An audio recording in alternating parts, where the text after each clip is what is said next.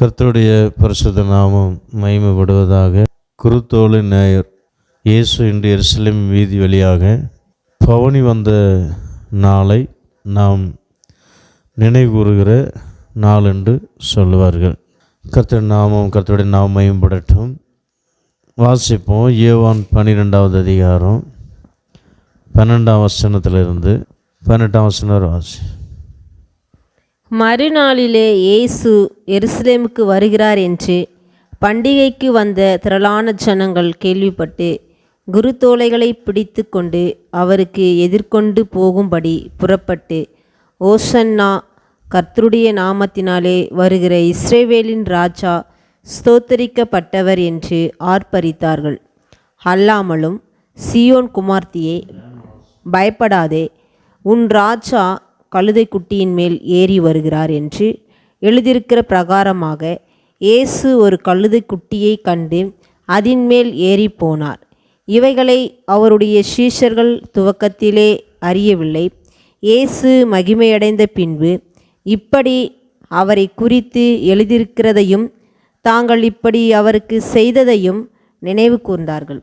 அன்றியும் அவருடனே கூட இருந்த ஜனங்கள் அவர் லாசருவை கல்லறையில் இருந்து வெளியே வரவழைத்து அவனை உயிரோடு எழுப்பினார் என்று சாட்சி கொடுத்தார்கள்.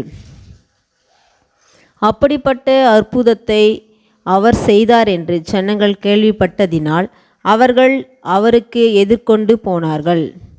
இது சம்பவம் மத்தேயு 21வது அதிகாரத்திலும், லூக்கா 19வது அதிகாரத்திலும், மார்க் 11வது அதிகாரத்திலும் நாம் வாசிக்கலாம். ஆனால் முக்கியமாக மத்தேயு எழுதின சுவிசேஷத்தில் நாம் வாசிக்கும்போது தம்முடைய சீசரை அழைத்து எதிரே இருக்கிற கிராமத்துக்கு போங்க, அங்கே ஒரு கழுதையும் அதனோட கூட ஒரு குட்டியையும் கட்டியிருக்க காண்பீர்கள், அவைகளை அவிழ்த்து கொண்டு வாங்க என்று கட்டளையிட்டு அனுப்பிவிடுறார். அப்போ யாராவது ஏதாவது கேட்டால், ஏதாவது சொன்னாங்கன்னா அது ஆண்டவருக்கு வேண்டும் என்று சொல்லுங்க என்று சொல்லி அனுப்பிவிடுறார். இதை மாத்திரம் யோவான் சுவிசேஷகன் அதில் எழுதலை. மற்றபடி யோவான் சுவிசேஷன் எழுதின சில காரியங்கள், முக்கியமான காரியங்கள் இதில் எழுதலை. அருமையான தேவனுடைய பிள்ளைகளே, முக்கியமாக இன்று நாம் தியானிக்க போகிறோம். இயேசு எருசலேம் வீதி வழியாக பவனி வந்த காரணம் என்ன? முக்கியமாக யூத சட்டத்தின்படி இயேசு ஏன் பவனி வந்தார்? சொல்லப்போனால், இந்த பவனிக்கு பிறகு 5 நாள் கழித்து அவர் சிலுவையில் அறையப்பட வேண்டும். அவர் சிலுவையில் அறையப்பட வேண்டும். எனக்கு அருமையான தேவனுடைய பிள்ளையே, பழைய ஏற்பாட்டில் பஸ்கா பண்டிகை கொண்டாடும்போது என்ன செய்ய வேண்டும் என்றால், இந்த பஸ்கா பண்டிகைக்கு முன்பதாக 5 நாளுக்கு முன்பதாக அவங்களுடைய ஆட்டுக்குட்டியை தேர்ந்தெடுத்து அதை தேவாலயத்துக்கு கொண்டு சென்று ஆசாரின் இடத்துல போய் காட்ட வேண்டும். ஆசாரின் இடத்துல போய் காட்டி, இதில் பழுது ஏதும் இருக்குதா இல்லையா என்று அவர்கள் பார்த்து சொல்லுவார்கள். இதை பழி செலுத்தலாமா செலுத்த வேண்டாமா? அதற்காக தான் அந்த யோவானில் நாம் வாசிக்கிறோம். யூதர்கள் மறுநாளில் இயேசு எருசலேமுக்கு வருகிறார் என்று பண்டிகைக்கு வந்த திரளான ஜனங்கள் கேள்விப்பட்டு இந்த பண்டிகைக்காக வந்திருக்கிறாங்க. என்ன பண்டிகை? பஸ்கா பண்டிகை. பஸ்கா பண்டிகைன்னா எல்லாத்துக்கும் தெரியும். பஸ்காவின் ஆட்டுக்குட்டியை அடித்து இரத்தத்தை நிலைக்கால்களில் பூசி அவர்கள் அன்று நைட்டு விடுதலை, அந்த எகிப்து தேசத்தை விட்டு விடுதலை பெறுகிற அது ஒரு நாள். அதை உன்னுடைய சந்ததியாக அந்த நாள் மறந்துவிடக்கூடாது என்பதற்காக ஒவ்வொரு வருஷமும் ஆபிப் மாதம் 15ஆம் தேதி அதை செய்யணும். அது இஸ்ரவேலுடைய ஜனங்களுக்கு தேவன் கொடுத்த கட்டளை. அந்த கட்டளையின் பிரகாரமாக முழு உலகமெங்கும் இருக்கிற இஸ்ரவேலர் யூத ஜனங்கள் அந்த பண்டிகை கொண்டாடுவதற்காக வந்திருக்கிறாங்க. முழு யூத ஜனங்கள், உலகமெங்கும் இருக்கிற இந்த ஜனங்கள் அந்த பண்டிகை கொண்டாடும்போது அந்த வருஷம் வந்துடுவாங்க.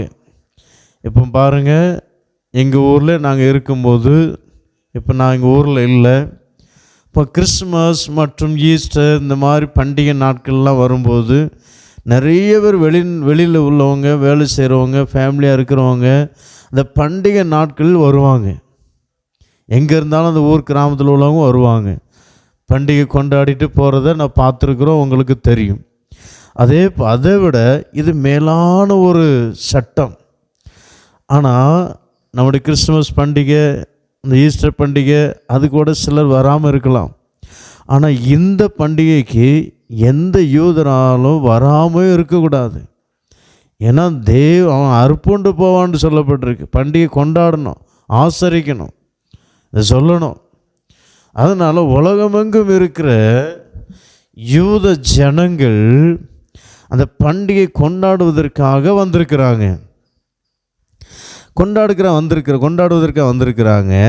அந்த நேரத்தில் தான் இயேசுவும் பவனி போகிறதுக்காக, ஏன்னா இயேசுவும் பலியாக போகிறார். இயேசுவுக்கு தான் தெரியும். அது ஜனங்களுக்கு யாருக்கும் தெரியாது, இயேசுவுக்கு தான் தெரியும். நான் பலியாக போகிறேன், எனக்கு அருமையான தேவனுடைய பிள்ளையே.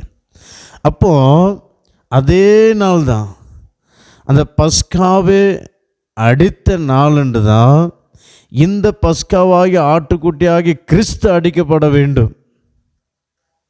எனக்கு அருமையான தேவனுடைய பிள்ளையே, இது அவருக்கு மட்டும்தான் தெரியும். அதனால் அவர் அந்த வழியாக கழுதையில் ஏன் ஏற வேண்டும் என்று சொன்னால், சகரியா 9வது அதிகாரம் 9வது வசனத்தில் சகரியா தீர்க்கதரிசி சொல்லப்பட்ட வார்த்தை நாம் அங்கே வாசிக்க முடியும். அவர் இஸ்ரவேலின் ராஜா கழுதை குட்டியாகிய மரியின் மீது வருவார் என்று அந்த தீர்க்கதரிசி சொன்னதாக நாம் வாசிக்கிறோம். 9:9. சீயோன் குமார்த்தியே மிகவும் களிக்கூறு, எருசலேம் குமார்த்தியே கெம்பீரி, இதோ உன் ராஜா உன்னிடத்தில் வருகிறார். அவர் நீதி உள்ளவரும் இரட்சிக்கிறவரும் தாழ்மை உள்ளவரும் கழுதையின் மேல், கழுதை குட்டியாகிய மரியன் மேல் ஏறி வருகிறவருமாயிருக்கிறார். ஆமென். கழுதை குட்டியின் மேல் ஏறி வருகிறவருமாயிருக்கிறார். இல்லை, சகரியா அந்த ஒன்றே ஒரு வார்த்தை மாத்திரம் தப்பாக போட்டிருக்கிறார். கழுதையின் மேலும் கழுதையின் குட்டியின் மேலும் ஏறி வருகிறவராக இருக்கிறார் என்று சொல்லப்பட்டிருக்கு. ஆனால் இயேசு ஏறின கழுதை ஒரே ஒரு கழுதை தான், கழுதை குட்டி. குட்டின்னா அதுக்கு ரொம்ப குட்டி கிடையாது, ஏறுவதற்கு ஒரு வயசு உண்டு. மனுஷர்கள் அந்த காலத்தில் ஏறுவதற்காக ஒரு வயசு உண்டு கழுதைக்கு. இத்தனை வயசில் தான் சுமை சுமக்க கொண்டு போகணும், இத்தனை வருஷத்தில் தான். அப்போ அந்த ஆரம்ப ஸ்டேஜ் அதான் குட்டி, ஆரம்ப ஸ்டேஜ். அப்படிப்பட்ட கழுதை குட்டியை கொண்டு வந்து தேவன் அதன் மேல் யாத்திரை சவாரி, அதன் மேல் ஏறி பவனி செல்வதற்காக கொண்டு வந்ததாக நாம் பார்க்கிறோம். நாம் மத்தேயு எழுதின சுவிசேஷம், மார்க் எழுதின சுவிசேஷம், யோவான் எழுதின சுவிசேஷத்தில் வாசிக்கும்போது நாம் பார்க்க முடியும். அப்படி தேவன் அந்த ஒரு நோக்கத்தோடு நான் ஆசாரியரிடத்தில் போய் காண்பிக்க வேண்டும், நான் 5 நாளைக்கு பிறகு நான் பலியாக போகிறேன், நான் ஆசாரியனிடத்தில் காண்பிக்க வேண்டும் என்பதற்காக அந்த வார்த்தை சகரியாவினுடைய வார்த்தை நிறைவேறும்படியாக அவர் கழுதை குட்டியின் மேல் ஏறி அப்படியே எருசலேம் வீதி வழியாக அப்படி வந்து நேர வரும்போது வலது பக்கம் போனோம்னா பிலாத்தினுடைய அரண்மனை, இடது பக்கம் போனோம்னா ரெண்டு வழியாக பிரியும். கொஞ்சம் தூரம் வந்த உடனே எருசலேம் வீதி வழியாக வந்து கொஞ்சம் தூரம் வந்த உடனே 2 வி டைப்பில் பிரியும். வலது பக்கம் பிலாத்தினுடைய ராஜ அரண்மனை. இடது பக்கம் போனால் எருசலேமின் தேவாலயம். அங்கே தான் ஆசாரியர்கள் இருப்பார்கள். அப்போ எல்லா யூதர்களும் அங்கே வந்திருக்கிறாங்க. அந்த நாள் தான், அந்த ஐந்து நாளுக்கு முன்பதாக தன்னுடைய ஆட்டுக்குட்டிகளை ஆசாரியத்தில் கொண்டு போய் காமிச்சு என்ன செய்யணும்? ஓகே, ஆசாரியன் சொன்னால் தான் பலி செலுத்த முடியும், அந்த பண்டிகை கொண்டாட முடியும். ஹல்லேலூயா. அப்போ இயேசு அதுக்காக வரார். அப்படியே பவனி வந்து கொண்டிருக்கிறார். அவன் ஜனங்கள், ஆனால் இயேசுனுடைய மனது அவங்களுக்கு தெரியாது. ஜனங்களுக்கு கழுதின் மேலே ஏறி வந்தால் ராஜா தான் ஏறி வருவாங்க. ஏன்னா பழைய காலத்தில் ராஜாக்கள் 1 ராஜாக்கள் 1வது அதிகாரம் 33ஆம் வசனத்தை நம்ம வாசிக்கும்போது அதில் ஒரு வார்த்தை சொல்லப்பட்டிருக்கும். 1 ராஜாக்கள் 1:33 இஸ்ரவேல் ராஜாக்கள் எதில் யாத்திரை பண்ணுவாங்கன்னா, ராஜாக்கள் யாத்திரை பண்ணுறது கழுதை தான்.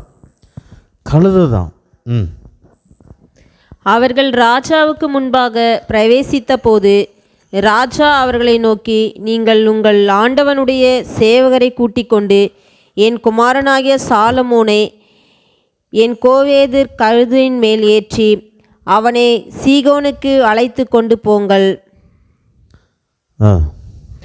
அங்கே ஆசாரியனாகிய சாதோக்கும் தீர்க்கதரிசியாகிய நாத்தானும் அவனை இஸ்ரவேலின் மேல் ராஜாவாக அபிஷேகம் பண்ண கடவர்கள். பின்பு எக்காலம் ஊதி ராஜாவாகிய சாலமோனே வாழ்க என்று வாழ்த்துங்கள். இதில் தாவீது ராஜாவை பார்க்க போகிறாங்க. அப்போ தாவீது ராஜா சொல்கிறாரு, என்னுடைய கழுதை கொண்டு போய் அதில் என்னுடைய மகனாய் சாலமோனை ஏற்றி நீங்கள் அந்த ஆசாரின் இடத்துல கொண்டு போங்க, அவங்க அவனுக்கு அபிஷேகம் பண்ணுவாங்க, அதுக்கு பிறகு நீங்கள் காலம் ஓதுங்க.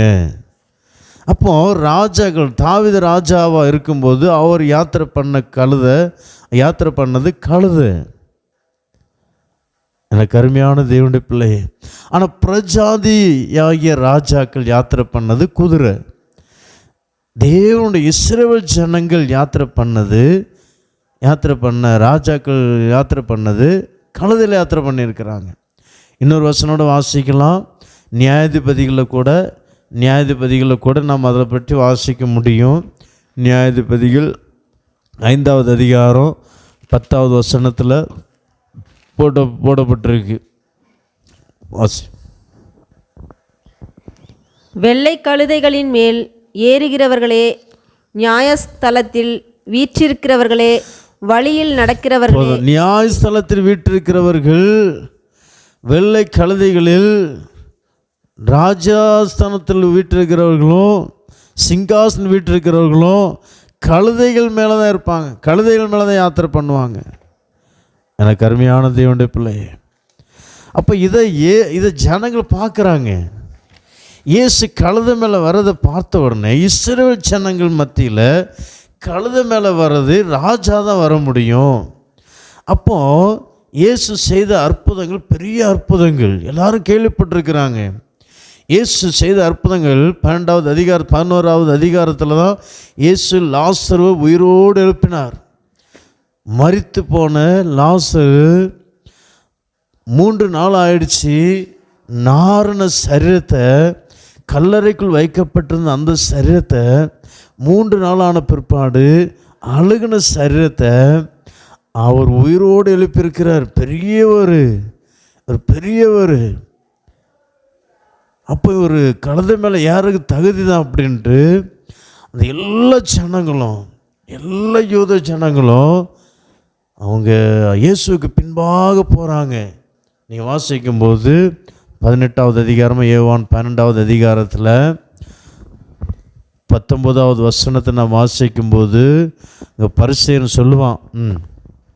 அப்பொழுது பரிசேயர் ஒருவரை ஒருவர் நோக்கி, நீங்கள் செய்கிறதெல்லாம் வீணென்று அறிகிறதில்லையா? இதோ உலகமே அவனுக்கு பின் சென்று போயிற்றே என்றார்கள்.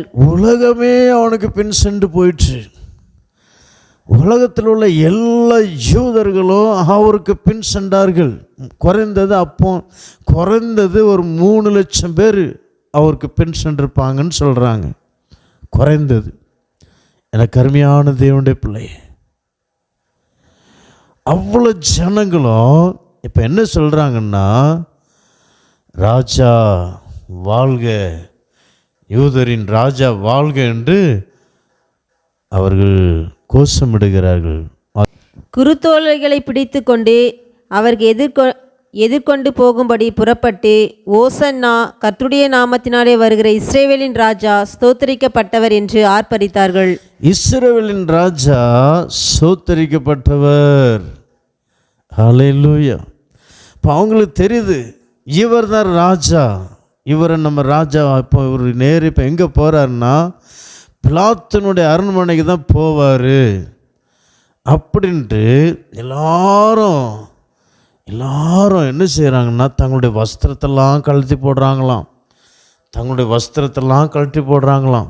இப்போது வஸ்திரத்தை கழட்டி போடுறது எதை வெளிப்படுத்துதுன்னா, ராஜாக்களுக்கு முன்பதாக தங்களுடைய வஸ்திரத்தை கழட்டி போடுவாங்களாம். 2 ராஜாக்கள் 9வது அதிகாரம் 13ஆம் வசனத்தில் நாம் வாசிக்கும்போது அதில் சொல்லப்பட்டிருக்கு. அப்போது ராஜாக்களுக்கு முன்பதாக தங்களுடைய வஸ்திரத்தை கழட்டி போடுவாங்களாம். வசந்த 9:13. அப்பொழுது அவர்கள் தீவிரமாய் அவரவர் தங்கள் வஸ்திரத்தை படிகளின் உயரத்தில் அவன் கீழே விரித்து எக்காலம் ஊதி, யெகூ ராஜாவானான் என்றார்கள். ஹல்லேலூயா. அப்போ பாருங்க, யெகூ ராஜாவாகிற போது தங்களுடைய வஸ்திரத்தை படிகள் மேலே போட்டு, தங்களுடைய வஸ்திரம் அப்படின்னா சின்ன வஸ்திரம், கீழே ஒரு வஸ்திரம், மேலே ஒரு சின்ன வஸ்திரம், தங்களுடைய வஸ்திரங்கள் எல்லாவற்றையும் உரிந்து ராஜாக்களுக்கு முன்பாக போடுறாங்க. ஒரு அவரை கனப்படுத்துறது. எனக்கு அருமையான தேவனுடைய பிள்ளையே, அப்படிதான் இஸ்ரவேல் ஜனங்கள், யூத ஜனங்கள், இயேசு உண்மையாகவே ஒரு ராஜாவாக போகிற நேரே பிலாத்தினுடைய அரண்மனைக்கு போய் அவனுடைய அப்போ ரோம அரசாங்கம் தான் அரசாண்டு கொண்டு இருந்தது. ரோம கவர்மெண்ட் தான் இஸ்ரவேல் ஜனங்களை அரசாண்டு கொண்டு இருந்தது. எனக்கு அருமையான தேவனுடைய பிள்ளையே, இயேசுவை சிலுவையில் அறைந்தது ரோமர் கவர்மெண்ட் தான் இயேசுவை சிலுவையில் அறைந்தது. அப்போ அந்த ரோமர் கவர்மெண்ட் நமக்கு வேண்டாம், எங்களை நீ ரட்சியும், தாவீதின் குமாரனே ஓசன்னா ஓசன்னா ஓசன்னா என்று முறையிடுகிறார்கள். ஓசன்னா என்று சொன்னால் கர்த்தாவே எங்களை ரட்சியும். சங்கீதம் 118:25 நான் வாசிக்கும்போது அதில் நான் பார்க்க முடியும். சங்கீதம் 118:25. சங்கீதம் 118:25. கர்த்தாவே ரட்சியும், கர்த்தாவே காரியத்தை வாய்க்க பண்ணும். கர்த்தாவே ரட்சியும் ஓசன்னா என்று சொன்னால் அது எபிரே பாஷையில் கர்த்தாவே ரட்சி என்று எபிரே பைபிளில் வாசிக்கும்போது ஓசன்னா என்று எழுதப்பட்டுள்ளது. எனக்கு அருமையான தேவனுடைய பிள்ளை, எங்களை ரட்சியும், இந்த ரோம கவர்மெண்டில் இருந்து எங்களை ரட்சியும் என்று யூத ஜனங்கள் எல்லாரும் கோஷமிடுறாங்க. அவன் நினச்சாங்க, நேரு பிலாத்தினுடைய அரண்மனைக்கு இயேசுவாகிய ராஜா போவார், அவர் தம்முடைய சிங்காசனத்தை பிடித்து சிங்காசனத்தில் உட்கார்ந்திருப்பார் என்று.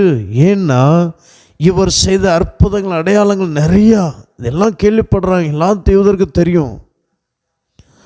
எனக்கு அருமையான தேவனுடைய பிள்ளை, ஆனால் கொஞ்ச தூரம் வந்த பிறகு வலது பக்கம் போவார் என்று அவர்கள் நினைத்து கொண்டிருந்தார்கள். ஆனால் இயேசு இடது பக்கம் போனார்.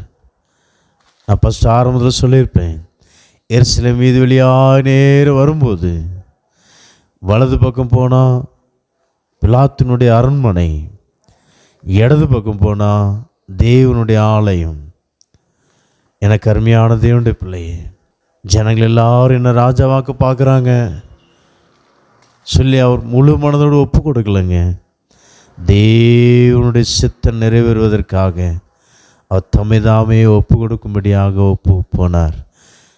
ஒரு ஆட்டுக்குட்டியை போல ஆசாரியனிடம் காண்பிக்கும்படியாக தேவாலயத்தில் போய் ஆசாரியனுக்கு முன்பாக அவர் நின்றார். எனக்கு அருமையான தேவனுடைய பிள்ளையே, அதை பார்த்த யூத ஜனங்களுக்கு பயங்கரமான கோபம். அதனால தான் 5வது நாள் இயேசுவை சிலுவையில் அறையும்படி 2-3 நாட்களுக்குள் பிலாத்து தீர்மானிக்கும்போது, நியாயஸ்தானத்தில் இயேசு பிடிப்பட்டு கூண்டில் நிற்கும்போது அநேக ஜனங்கள் சொன்னாங்க, அவரை சிலுவையில் அறையும், அவரை சிலுவையில் அறையும். ஏன் சொன்னாங்க? எனக்கு அருமையான தேவனுடைய பிள்ளை, நாம் நினச்சோம் இவனை நம்மளை ராஜாவா ஆக்கிடலான்ட்டு. ஆனால் இவன் ஒப்பு கொடுக்கலை, இவன் சாகரக்கு தான் அதில் ஆக்கி. எனக்கு அருமையான தேவனுடைய பிள்ளை, அந்த ஒரு கோபத்தில், ஏன்னா அவங்க எல்லாரும் ஆசைப்பட்டு அந்த குருத்தோலை பிடிக்கிறத ராஜாக்களுக்கு தான் பிடிப்பாங்க. யார் ஜெயம் எடுக்கிறாங்களோ அவங்களுக்கு தான் குருத்தோலைகள் பிடிப்பாங்க. எனக்கு அருமையான தேவனுடைய பிள்ளையே, வஸ்திரத்தை கழட்டி போடுறது ராஜாக்களுக்கு முன்பாக தான் செய்வாங்க. இவ்வளோலாம் நம்ம செஞ்சோமே, இந்த மனுஷன் இப்படி பண்ணிட்டானே, ஒரு மனசு கஷ்டம், போராட்டம் மனசில் அவங்களுக்குள்ள ஓடிக்கொண்டிருக்கு. இப்போ இவனை என்ன செய்யலாம்? பிலாத்து இப்போ பிடிச்சிட்டார், பிலாத்தினுடைய கரத்துக்குள்ள இப்போ இந்த மனுஷன் பிலாத்தினுடைய கரத்தில் மாட்டிக்கிட்டானே, எவ்வளோ பெரிய அற்புதங்கள்லாம் செய்துட்டு இருந்தான், இவன் மாட்டிக்கிட்டானே, இவன்லாம் ஒரு மனுஷனா, சிலுவையில் அறியப்படாதான் லாக்கி அப்படி என்று சொல்லி எல்லாரும் கத்துறாங்க. முதலாவது ஓசன்னா எங்களை ரட்சியும், தாவீதின் குமாரனை எங்களை ரட்சியும் சத்தம் போட்டாங்க. ஆனால் இப்போ அதே வாய்தை என்ன சொல்லுது? இவனை சிலுவையில் அறையும் என்று அநேகர் கூக்குலிட்டாங்க. எனக்கு அருமையான தேவனுடைய பிள்ளை, ஒரே ஒரு சத்தியத்தை மாத்திரம் சொல்கிறேன். இயேசு அந்த நேரத்தில் யூதர்களை ரட்சிக்கும்படியாக பிலாத்துவை துரத்தி, ரோமர் கவர்மெண்ட்டை துரத்தி அவர் அந்த சிங்காசனம் உட்கார்ந்துருக்கலாம். ஆனால் அந்த நேரத்தில் அவர் உட்கார்ந்துருப்பார். ஆனால் ஒன்லி யூத ஜனங்களை மாத்திரம் ரட்சித்திருக்க முடியும். ஆனால் தேவனுடைய சித்தம் அதல்லங்க, பிரஜாதியாராகிய உங்களையும் என்னையும் ரட்சிக்கும்படியாகவே அவர் சிலுவையின் மரணத்தை நோக்கி தம்மைதாமே ஒப்பு கொடுத்தார். ஹல்லேலூயா. எனக்கு அருமையான தேவனுடைய பிள்ளையே, சிலுவையின் மரணம் அநேகர் நினச்சாங்க முடிஞ்சு போச்சுன்னு தான் நினச்சாங்க. முடியலை. அதுதான் வெற்றி, சிலுவை தான் வெற்றி. அதான் கொலோசியரில் நாம் வாசிக்கிறோம். கொலோசியர் 2வது அதிகாரம் 14வது வசனமோ 15வது வசனமோ நாம் வாசிப்போம். நமக்கு எதிரடையாகவும் கட்டளைகளாக நமக்கு விரோதமாகவும் இருந்த கையெழுத்தை குலைத்து அதை நடுவில் இராதபடிக்கு எடுத்து சிலுவையின் மேல் ஆணி அடைத்து துரைத்தனங்களையும் அதிகாரங்களையும் உரிந்து கொண்டு வெளியரங்கமான கோலமாக்கி அவைகளின் மேல் சிலுவையிலே வெற்றி சிறந்தார். இது நீங்கள் ஆர்சி பைபிளில் இன்றைக்கி வாசிக்கும்போது இன்னும் நல்லா தெளிவாக எழுதியிருக்கும். அதை வாசி. நமக்கு எதிரான ஒப்பந்த விதிகள் பல கொண்ட கடன் பத்திரத்தை அவர் அழித்து விட்டார். அதை சிலுவையில் வைத்து ஆணியடித்து அறவே ஒழித்து விட்டார். தம் சிலுவையினால் கிடைத்த வெற்றியால் ஆட்சியாளர், அதிகாரம் கொண்டோர் ஆகியோரின் படைக்கலன்களை கிறிஸ்து பிடுங்கிக் கொண்டு அவர்களை இகழ்ச்சிக்குள்ளாக்குமாறு ஊர்வலமாக இழுத்து சென்றார். ஹல்லேலூயா. இதில் நாம் என்ன பார்க்குறோன்னா, ஆர்சி பைபிளில் நமக்கு எதிரான ஒப்பந்த விதிகளை பல கொண்ட கடன் பத்திரத்தை அவர் அழித்து விட்டார். அதை சிலுவையில் வைத்து ஆணி அடித்து அறவே ஒழித்து விட்டார். தம் சிலுவையினால் கிடைத்த வெற்றியால் ஆட்சியாளர், அதிகாரம் கொண்டோம். சிலுவையின் வெற்றினால் ஆட்சி பெறுவதற்கு நாம் அதிகாரம் கொண்டுள்ளோமா? ஆகியோரின் அவர்களுடைய படைகலன்களைன்னா இந்த ஆயுதங்களை, அவருடைய அந்த சத்துருனுடைய ஆயுதங்களை கிறிஸ்து பிடுங்கி கொண்டு அவர்களை இகழ்ச்சிக்குள்ளாக்குமாறு ஊர்வலமாக இழுத்து சென்றார். ஹல்லேலூயா. இப்போ எனக்கு அருமையான தேவனுடைய பிள்ளை, யூத ஜனங்க என்ன நினச்சாங்கன்னா, இயேசுவை சிங்காசனத்தில் உட்கார வச்சு அந்த பிலாத்துவை இழுத்து ஊர்வலமாக கொண்டு வந்து அவனை அசிங்கப்படுத்தணுன்னு தான் நினச்சாங்க. எனக்கு அருமையான தேவனுடைய பிள்ளையே, அப்படி செய்திருந்த யூத ஜனங்களுக்கு மாத்திரம்தான் ரட்சிப்பு வந்திருக்கும். ஆனால் இயேசு மாம்சத்தோடும் இரத்தத்தோடும் யுத்தம் நம்முடையதல்ல. மாம்சத்தோடும் இரத்தத்தோடும் போராட வேண்டிய அவசியம் இல்லை. வான மண்டலங்களில் இருக்கிற பொல்லாத சேனைகளோடு உங்களுக்கு போராட்டம் உண்டு என்று சொல்லப்பட்ட அந்த வார்த்தையின்படியே வான மண்டலத்தில் இருக்கிற பொல்லாத ஆவிகளின் சேனைகளாய் பிசாசனுடைய வல்லமைகளை எல்லாவற்றையும் உரிந்து பட்டாருங்க. எல்லா வல்லமைகளும் அவர் உரிந்து பட்டார். அவனுடைய ஆயுதங்கள் எல்லாவற்றையும் பிடுங்கிட்டார்.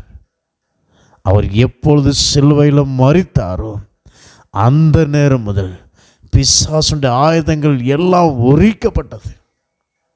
அவனுடைய பலன் எல்லாம் அழிக்கப்பட்டது. எப்படி ஒரு பாம்பு அடிக்கும்போது, நான் ஒரு முறை விவசாயம் பண்ணிகிட்டு இருக்கும்போது வைக்காட்டில் தோட்டத்தில் நிற்கும்போது, இப்போது நான் கொஞ்சம் சின்ன பையனாக தான் இருந்தேன். பாம்பெல்லாம் கொண்டு காணும்போது எனக்கு கொஞ்சம் பயமாக இருக்கும். எங்கள் அப்பா கூட நின்றுட்டு இருந்தாங்க. ஒரு பாம்பு ஒன்று போச்சு. எங்கள் அப்பா நின்று நானே அடிக்கிறேன் அப்படின்னு எங்கள் அப்பா முன்னாடி போய் அதை அடித்து போட்டு ஃபஸ்ட்டு நல்லா தலையை நல்ல நசுன்னு அடித்து தலையை நல்ல நசு நசுக்கிட்டேன் கம்போச்சு குத்தி. அதுக்கு பிறகு நான் நினச்சிறேன், ஆசைப்பட்டு அடிக்கிறதுக்காக வாழையும் தலையும் அடின்னு அடிச்சுட்டு நான் விளையாடிட்டு கிடக்கிறேன்.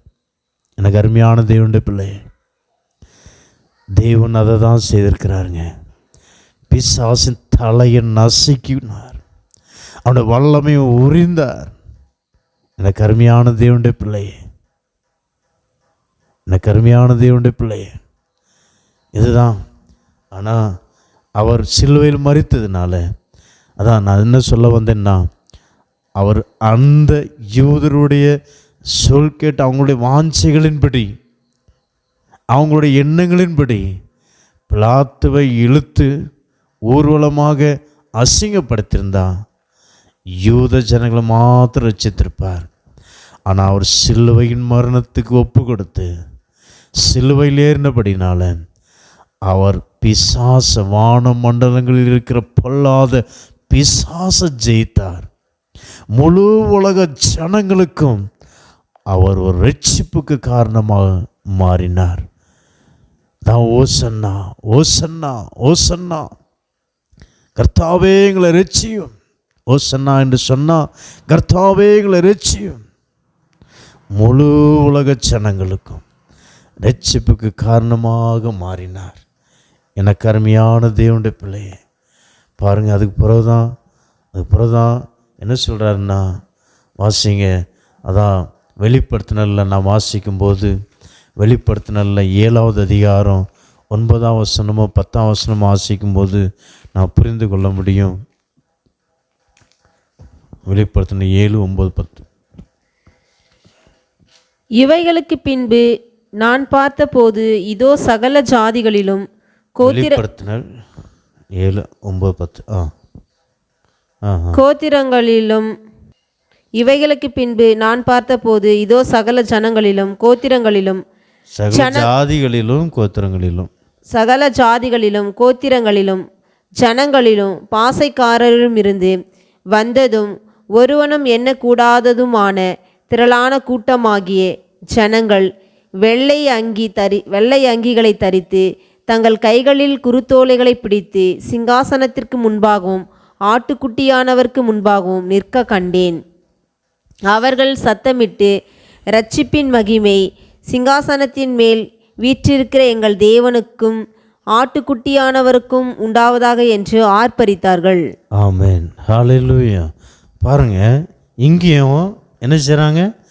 குருத்தோலைகளை பிடித்தவர்களாக ஆட்டுக்குட்டியானவருக்கு முன்பாக நின்று அவர்கள் மகா சத்தமிட்டு, இரட்சிப்பின் மகிமை சிங்காசனத்தின் மேல் வீற்றிருக்கிற எங்கள் தேவனுக்கும் ஆட்டுக்குட்டியானவருக்கும் உண்டாவதாக என்று ஆர்ப்பரித்தார்கள். அப்போ ஓசன்னா, கர்த்தாவே எங்களை ரட்சியும் என்று சத்தமிட்டாங்க. ஆனால் இப்பொழுது எங்களை ரட்சித்ததற்காக உமக்கு ஸ்தோத்திரம் ஸ்தோத்திரம். எனக்கு அருமையான தேவனுடைய பிள்ளை, கர்த்தர் பவனி முக்கியமாக வந்த காரணமே இந்த காரணம்தான். எனக்கு அருமையான தேவனுடைய பிள்ளையே, கண்களை மூடுவோம். அநேகர் பலவிதமான கட்டுகளில் இருக்கலாம். கர்த்தர் சிலுவையில் மரித்த காரணமே உங்களுடைய எல்லா கட்டுகளிலிருந்து விடுவிக்கும்படியாக, பிசாசின் கட்டுகளிலிருந்து விடுவிக்கும்படியாக, சாப கட்டுகளிலிருந்து விடுவிக்கும்படியாக, வியாதி கட்டுகளிலிருந்து விடுவிக்கும்படியாக. எனக்கு அருமையான தேவனுடைய பிள்ளையே, பயப்படாதுங்க. கர்த்தர் உங்களை ஒருபோது கைவிட மாட்டார். இயேசு கிறிஸ்துவை நீங்கள் விசுவாசித்தா போதும், இயேசு கிறிஸ்துவை நீங்கள் நேசித்தா போதும்.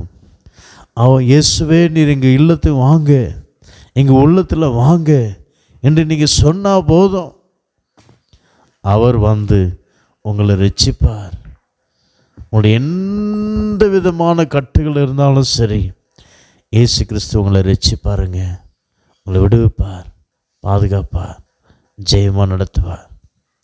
கண்களை மூடுவோம். சர்வ வல்லமுள்ள பிதாவே, உம்மை நன்றியோடு ஸ்தோத்திரிக்கிறோம். நீ நல்லவர், நேற்றும் இன்றும் என்றும் மாறாதவர். அப்பா ஸ்தோத்திரம். இந்த குருத்தோலை நேற்றன்று உம்முடைய வார்த்தை சொல்ல உதவி செய்தீங்கப்பா, உமக்கு நன்றி செலுத்துகிறோம். உம்முடைய நாமம் மகிமைப்படட்டும்.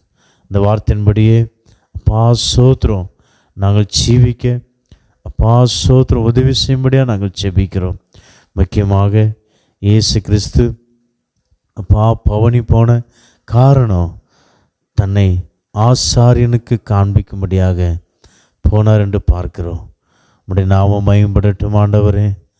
ஆசாரியனுக்கு காண்பித்து 5வது நாளில் தன்னை தானே ஆட்டுக்குட்டியை போல, பஸ்கா ஆட்டுக்குட்டியை போல பலியாகும்படி ஒப்பு கொடுக்க அவர் சித்தமாக இருந்தார்.